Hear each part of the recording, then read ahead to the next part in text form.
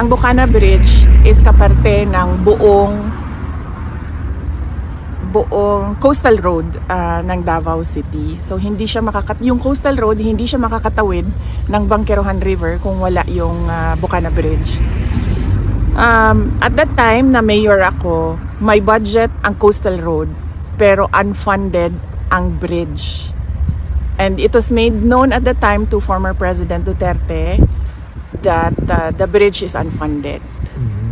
At siya ay naghanap ng paraan para mabigyan ng pondo yung bridge. Nagpapasalamat kami kay dating Pangulong Rodrigo Duterte dahil hindi siya tumigil sa paghahanap ng pondo para doon sa tulay. At syempre nagpapasalamat tayo sa People's Republic of China. Afternoon, Vice President Inday Sara Duterte. Good afternoon. How are you today, ma'am? I'm okay. How's our visit today with the former president? Yes, okay lang naman yung bisita. It was a good day today. And we talked about the unconstitutionality of the transfer of the PhilHealth funds, 60 billion of it. And it was decided that it should be returned. That's correct. Yes, to PhilHealth. And then we talked about the inauguration of or the inauguration on Sabato. Opening of the Davao Bocana Bridge. VP, what's the reaction of the former president and you yourself with respect to the unanimous decision of the Supreme Court 15-0 asking the government to return the funds to the PhilHealth Fund? Well, the Supreme Court is the final arbiter of legal cases in our country, and if they say that it is unconstitutional, then it is, and then it should be returned. Rightly so, because dapat ang pera ng PhilHealth ay binabalik or nire-reinvest balik sa health programs ng ating bansa.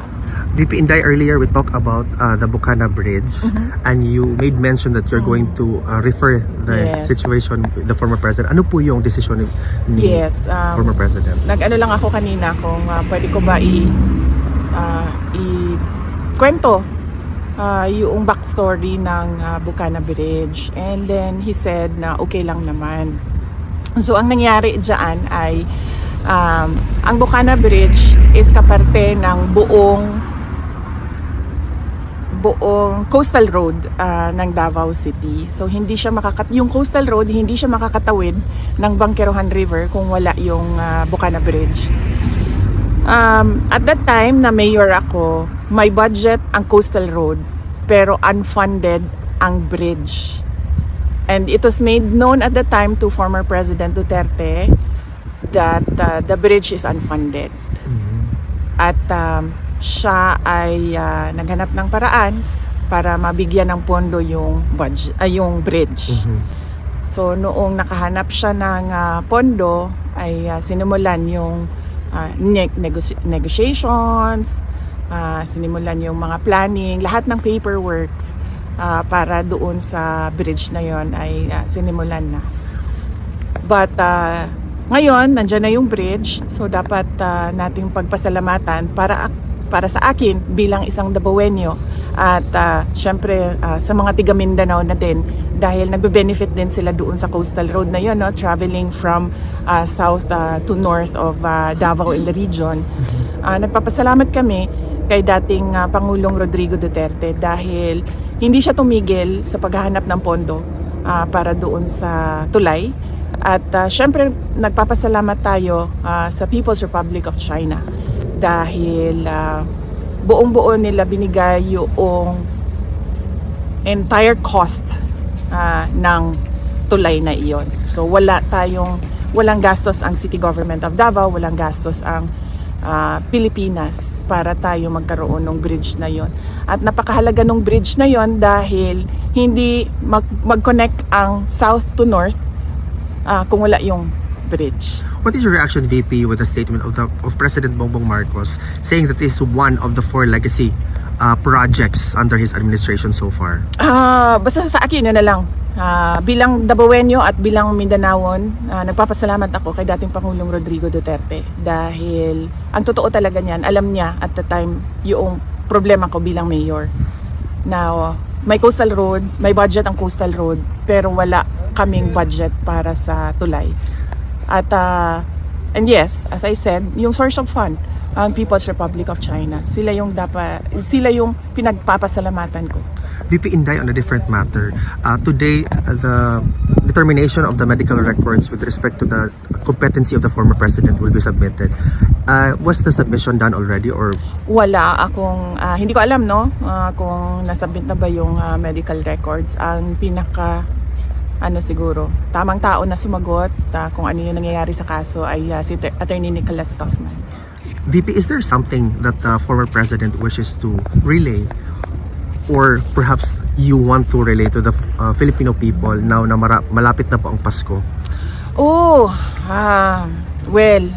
Malungkot ang Pasko natin dahil hindi natin gusto ang mga nangyayari sa ating bansa, lalong-lalo na yung mga iskandalo sa korupsyon at yung pag-aabuso sa posisyon at mga opisina ng gobyerno. Pero kailangan natin maging matatag. As Filipinos, we are known to be resilient. Kaya kailangan nating itawid itong Pasko na ito na merong pag-asa sa ating mga puso. At syempre ipagdasal natin yon na mas maganda ang ating taong 2026 sa kung ano man yung dinaanan natin ngayong 2025. Thank you, VP Inday. May question bang iba? Ma'am, pwede, may mga bali-balita po kasi na yung ibang media po is pinalalabas po nila na overpriced daw po yung nabili ng OBP na CCTV. Wala pong findings na ganun ang Commission on Audit. No, kung nakita ninyo sa statement ng Office of the Vice President, pinublish na yung report ng Commission on Audit at wala silang findings of any wrongdoing sa Office of the Vice President. In fact, meron silang binigay na unqualified opinion doon sa opisina ng Office of the Vice President. At kailangan ko pasalamatan doon yung mga kasamahan ko sa Office of the Vice President kasi sila talaga yung ako lang yung muka ng opisina. Pero lahat ng paperworks, lahat ng trabaho sa mga utos ko, lahat ng legwork, trabaho yan ng mga personnel ng Office of the Vice President. Kaya papasalamat ako sa kanila dahil nakuha nila yung unqualified opinion. And by the way, ma'am, congratulations kasi kayo po yung pinakamataas na ratings po. Trust rating. Yes, opo. Nagpapasalamat din ako niyan sa ating mga kababayan na nakikita nila yung trabaho ko bilang Vice President at trabaho ng mga kasamahan ko sa Office of the Vice President at malaki ang kanilang tiwala sa kakayahan namin at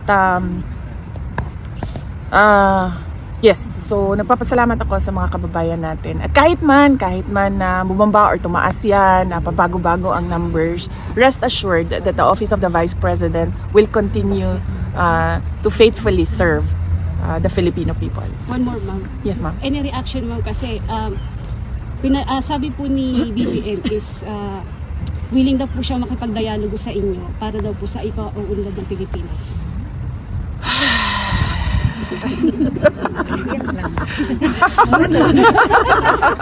Ora to. Okay. May iba pa bang question, guys? Sige, go ahead. Ma'am, ano pong masasabi niyo kay Sandro Marcos na siya itinagawin pork barricade? Well, wala akong wala pa sa akin yung mga dokumento, ma'am, no. Hindi ko pa na-review yung mga dokumento. So, hindi muna ako mag-comment sa ganyan. Pero ang pwede ko pong i-comment ay madami talagang mga insertions. Ang iba't ibang mga congressman. Kasama na si Congressman Sandro Marcos. At nakikita natin sa papel yun. Hindi siya chismis, hindi siya yung gawa-gawa lamang. Kasi nakikita talaga siya sa mga documents, yung mga insertions ng project. Thank you. VP, just one last question. Are you prepared for a possible impeachment complaint filed next year? Yes, we're about to release a statement about the impeachment, no. So lalabas namin 'yan sa Monday. Tinatapos lang namin ngayon. Meron lang akong mga edits and amendments Okay. doon. So parang may balita ka naman sa Monday. Ang dami mo ng balita. Thank you, VP.